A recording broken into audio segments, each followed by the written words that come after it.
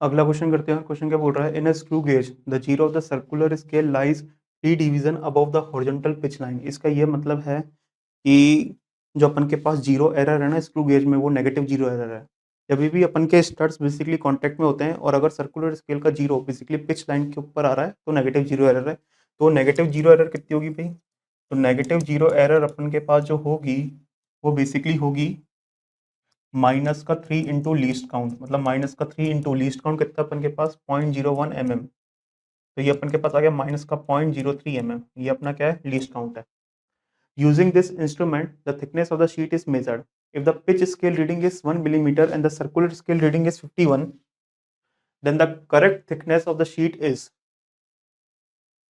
अब तुम देखो, अगर मैं ये निकालू कि जो रीडिंग जो ऑब्जर्व हो रही है ना वो कितनी है, तो रीडिंग ऑब्जर्व, तो ये अपन के पास सिंपली क्या होगी? पिच स्केल रीडिंग जो कि कितनी है अपने पास 1 मिलीमीटर है, प्लस सर्कुलर स्केल रीडिंग जो कि क्या होगी बेसिकली 51 इंटू लीस्ट काउंट के बराबर। मतलब 1 mm plus 51 into least count कितना अपन के पास 0.01 mm।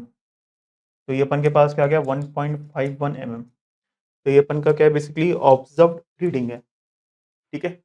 और अगर मैं बात करूं कि जो एक्चुअल जो रीडिंग होगी वो क्या होगी, तो एक्चुअल रीडिंग अपन के पास होगी सिंपली जो कि अपन की रीडिंग ऑब्जर्व है जो कि 1.51 mm है, माइनस नेगेटिव जीरो एरर जो कि अपन के पास है माइनस का 0.03 mm।